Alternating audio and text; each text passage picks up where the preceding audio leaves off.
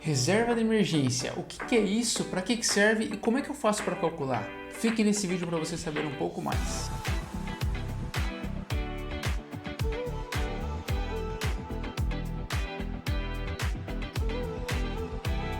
Fala pessoal, seja muito bem-vindo ao canal Pata da Sorte, a sorte que vem através da educação. E no vídeo de hoje nós vamos falar um pouquinho sobre a reserva de emergência.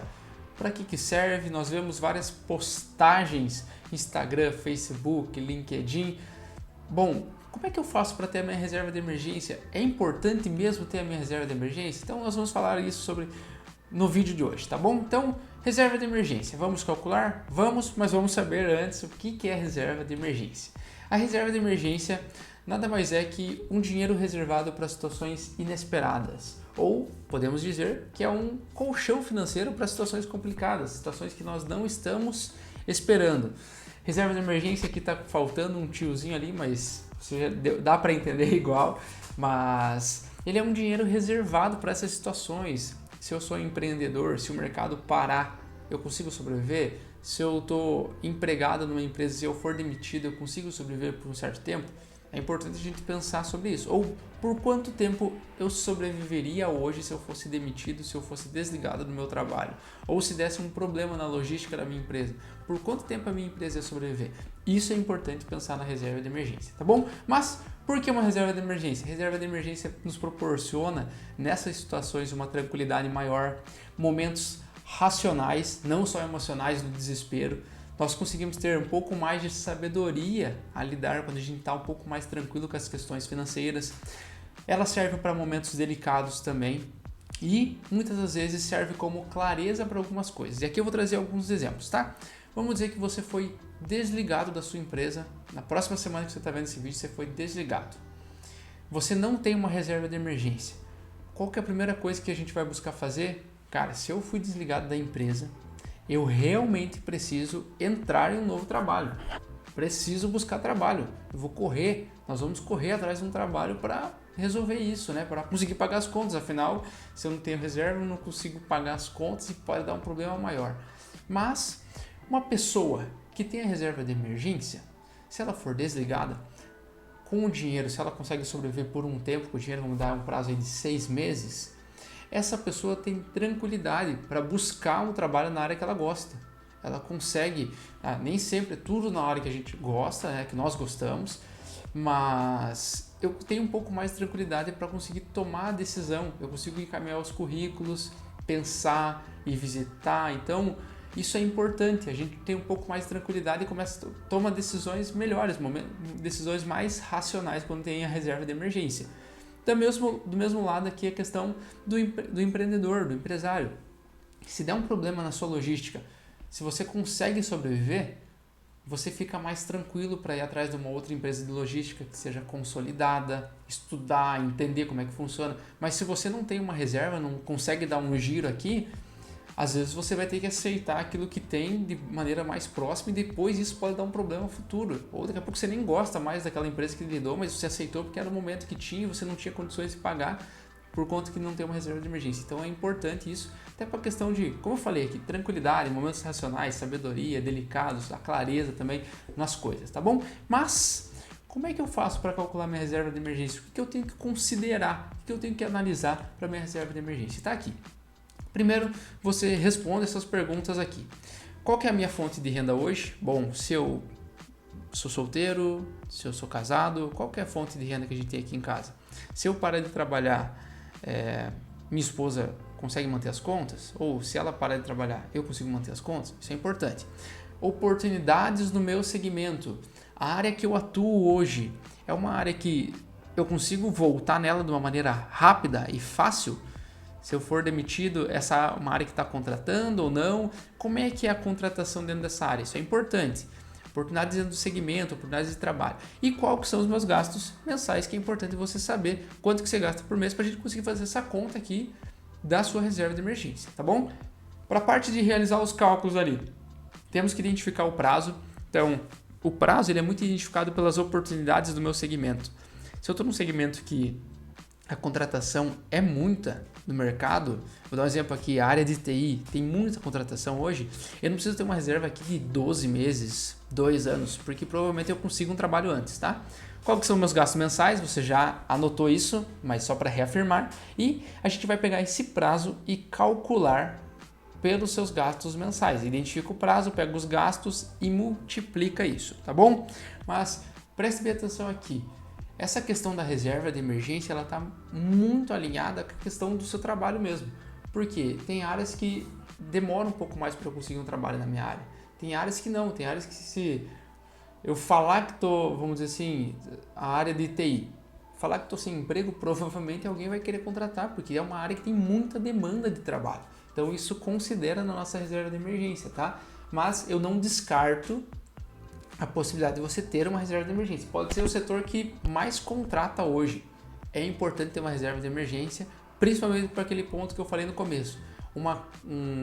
Vamos dizer assim, uma decisão racional na hora de você escolher o trabalho. Você não vai escolher porque você está desesperado e precisa do trabalho, né? É importante que a gente precisa do trabalho, né? Mas você entendeu aqui. Então, isso é importante a gente considerar.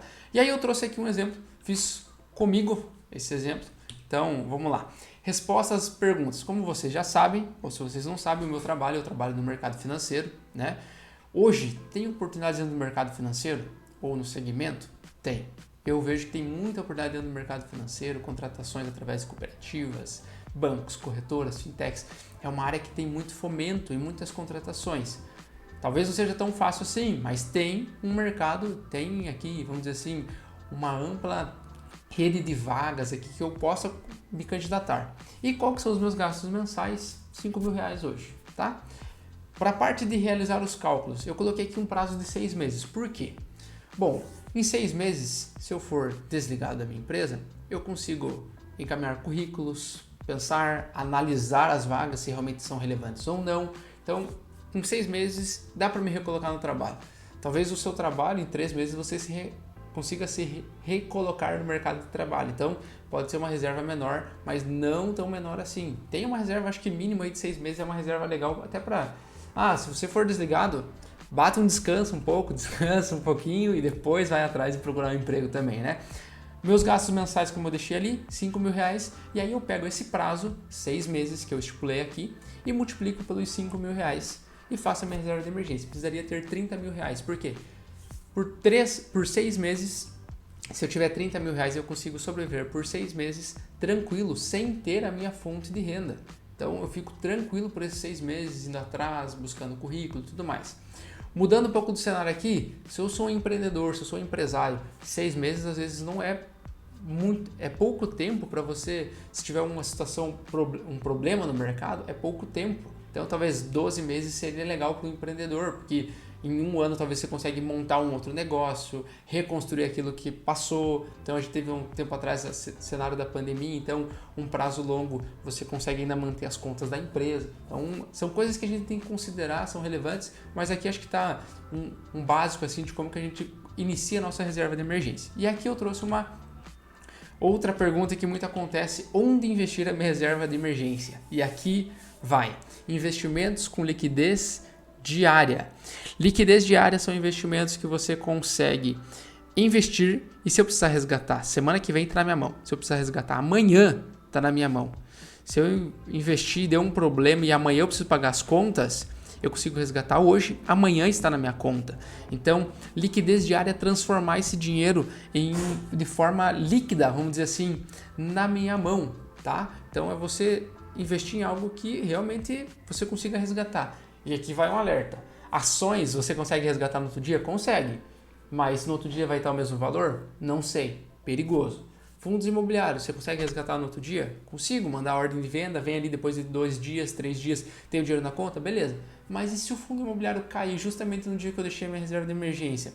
Ou eu deixei por um ano foi bom e ano que vem deu uma crise nos fundos imobiliários, nas ações ou na empresa. E a hora que eu vou resgatar minha reserva de emergência está lá embaixo. Então, cuidado, tá? Então, aqui eu trouxe alguns exemplos. Isso aqui não é uma indicação dos ativos, né? Mas Tesouro Selic é um título de tesouro que tem liquidez diária. O CDB de liquidez diária de instituições financeiras você consegue resgatar, então é um título de renda fixa. Fundo de renda fixa com liquidez diária, até tem que analisar o fundo, se ele é um fundo seguro. Mas são investimentos que tem mais segurança e se você precisar resgatar, você resgata antes, tá bom? E importante, antes da gente finalizar o vídeo aqui, faça uma reorganização se você não tem reserva de emergência. Se você já tem investimentos e não tem reserva de emergência, vale a pena considerar e começar a ter a reserva de emergência, que é importante. Monte a sua reserva com sabedoria, como eu já falei. Não vai investir em coisas aí que não servem para reserva de emergência. Tem que ter liquidez diária, tem que ter segurança, isso é importante. E continue realizando seus investimentos.